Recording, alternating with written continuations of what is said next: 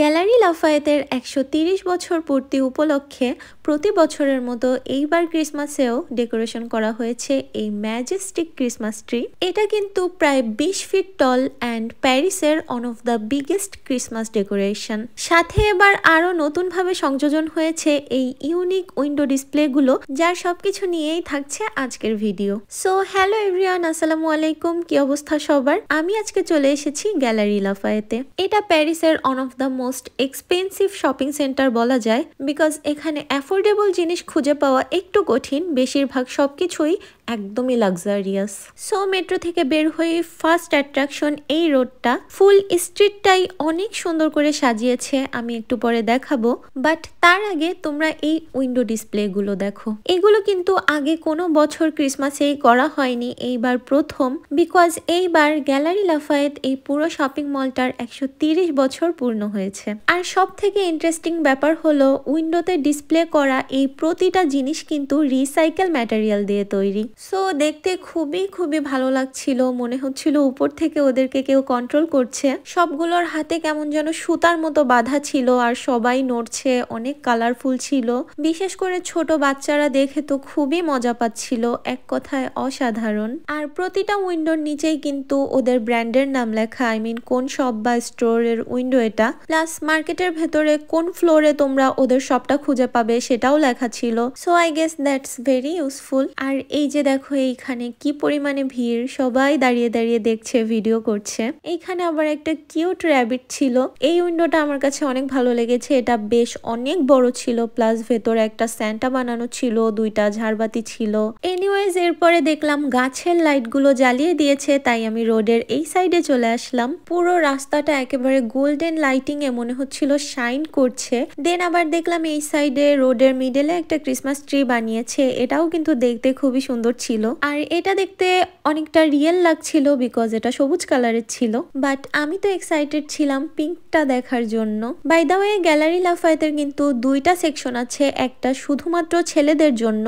এটার ভেতরে ওই বড় ক্রিসমাস ট্রিটা নেই। সো আমি চলে যাচ্ছি সামনের বিল্ডিং এ। এই বিল্ডিং এ এন্টার করে ফার্স্টেই চোখে পড়লো ডিওরের এই অসম্ভব সুন্দর ডেকোরেশন। এরপর আমি হাঁটতেছিলাম বড় ক্রিসমাস ট্রিটা দেখার জন্য। আর এটার গ্রাউন্ড ফ্লোরে তোমরা কিন্তু এরকম অনেকগুলা শপ পেয়ে যাবা। হাঁটতে হাঁটতে চলে আসলাম ডিওরের শপের সামনে। আর এইখানের ব্যাগগুলো জাস্ট দেখো, OMG, এইগুলা এত বেশি সুন্দর। These are like my dream bags.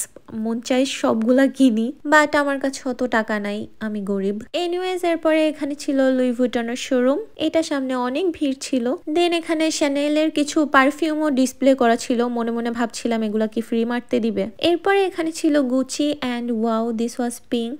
ভেতরে যে কোনো লাভ নেই, বিকজ অবভিয়াসলি কিছু কিনবো না, তাও একটু ঘুরে ঘুরে দেখছিলাম আর কি। মেয়েদের শপিং এ এমনি এমনি ঘুরতেই ভালো লাগে। অ্যান্ড গাইস, তোমরা জাস্ট প্রাডার কালার কম্বিনেশন দেখো, এটা দেখে আমার মনে হচ্ছিল টোটালি একটা আই ক্যান্ডি। ফাইনালি আমি হাঁটতে হাঁটতে খুঁজে পেলাম আমার most awaited view. And wow, just look at this. আমার বিলিভ হচ্ছিল না যে একটা শপিং সেন্টার এত সুন্দর কিভাবে হয়। এরপর আমি চলে আসলাম সেকেন্ড ফ্লোরে, বিকজ আমি গাছটাকে ওপর থেকেও দেখতে চাই। আর এই ফ্লোরে এসে দেখলাম সামনেই এখানে খুবই কিউট একটা ফটো বুথ বানানো। এখানে আবার আমি ফেন্ডির স্টোরও খুঁজে পেলাম। এরপর কিছু জুয়েলারি দেখছিলাম। এখানকার মোস্ট অফ দ্য স্টোর গুলোই কেমন যেন বাইরে ডিসপ্লে করা সবকিছু, আই মিন বাইরে থেকেই দেখা যায়, ওপেন আর কি।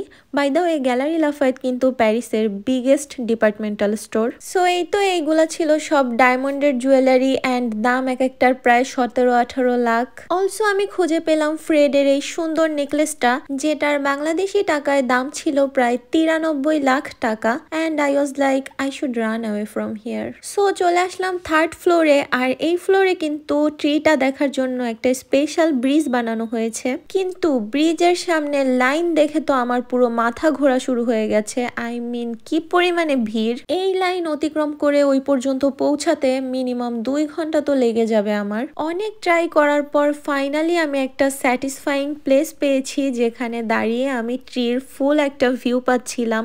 অলসো পুরো শপিং মলটাও এখান থেকে দেখা যাচ্ছিল। And I was mesmerised. উপরে দাঁড়িয়ে নিচের স্টোর গুলো দেখতেও ভালো লাগছে, প্রতিটা স্টোরের উপরে কি সুন্দর ডেকোরেশন করা। গ্যালারি লাফায়েতে কিন্তু প্রতি বছরই এমন একটা ক্রিসমাস ক্রিসমাস ট্রি ডেকোরেশন করা হয়, বাট এক এক বছর গাছটাকে এক এক রকম ভাবে সাজানো হয়। এই বছরেরটা একদমই ইউনিক আর ডিফারেন্ট। সো গাছের সামনেই তোমরা দেখতে পাচ্ছ লো সথন্তিয়াম নোয়েল লেখা, আর এটার মানে হচ্ছে 130তম ক্রিসমাস। এখানে দাঁড়িয়ে দাঁড়িয়ে দেখতেছিলাম ব্রিজের ভেতরে লোকজন আসছে যাচ্ছে, আবার ফটো তুলতেছে।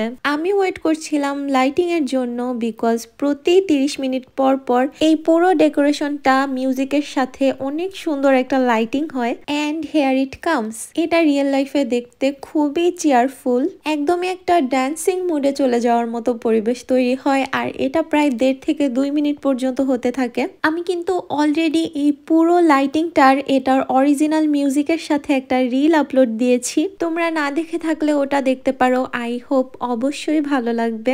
আর এই তো লাইটিং শেষে গাছটা আবার আগের মতো সেম কালারে চলে এসেছে। এনিওয়েজ এরপরে এখানে ছিল কিছু ক্রিসমাস ট্রির অর্নামেন্টস। এগুলো আই গেস সবই ক্রিস্টালের আর দেখতে খুবই ফ্যান্সি লাগছিল। আমি চলে আসলাম লিফটের কাছে, এখন যাব একদমই টপ ফ্লোরে। আর এইখানে ডিটেলসে দেওয়া ছিল কোন ফ্লোরে কি কি শপ আছে অ্যান্ড এভরিথিং। কিন্তু লিফটে এত পরিমাণে ভিড় যে ঢোকার মতো কোনো জায়গাই পেলাম না। যাই হোক, প্যারা নেই, এসকেলেটর দিয়ে চলে যাব। আমি মেনলি যাব হচ্ছে ছাদে, বিকজ গ্যালারি লাফায়েতের রুফটপ হচ্ছে এমন একটা জায়গা যেখান থেকে তোমরা ফ্রিতে এই সুন্দর সিটির একটা বিউটিফুল ভিউ নিতে পারবে। অ্যান্ড অলসো 6th ফ্লোরে কিন্তু একটা রেস্টুরেন্ট আছে প্লাস টয়লেটও। ফাইনালি চলে আসলাম ছাদে, অ্যান্ড অন্ধকার হয়ে গেছে যেহেতু এখন সন্ধ্যা খুবই তাড়াতাড়ি হয়ে যায়। আর এখানে এসে দেখলাম এই ঠান্ডার মধ্যেও ছাদে তো অনেক ভিড়। বাইরের ক্রিসমাস ট্রিটাও এখান থেকে দেখা যাচ্ছে, প্লাস রাস্তার লাইটিং গুলো, প্লাস প্যারিসের একটা অ্যামেজিং ভিউ তো আছেই। অলসো এখান থেকে আইফেল টাওয়ারও দেখা যায়। বাই দ্য ওয়ে, প্যারিসের রুফটপ ভিউ নিতে হলে কিন্তু আমাদের প্রায় জায়গায় টিকেটের জন্য পে করতে হয়, যেমন Eiffel Tower, Montparnasse Tower, Paris gate, সব জায়গায় টিকিট কেটে তারপরে ঢুকে তারপরে টপে গিয়ে এমন একটা রুফটপ ভিউ নিতে হয়। বাট গ্যালারি লাফায়েতের রুফটপ ভিউটা কিন্তু একদম ফ্রি। সো যাই হোক, এরপরে এখানে দেখলাম রেড একটা কিছু বানানো, আর এটার সামনে সবাই ছবি তুলছিল, তাই আমিও চলে আসলাম দেখার জন্য যে এটা অ্যাকচুয়ালি কি। এটা ছিল প্যারিস জো তেম লেখা, আর এটার মানে হচ্ছে প্যারিস আই লাভ ইউ বা আই লাভ প্যারিস। খুবই অ্যাট্রাকটিভ একটা জিনিস।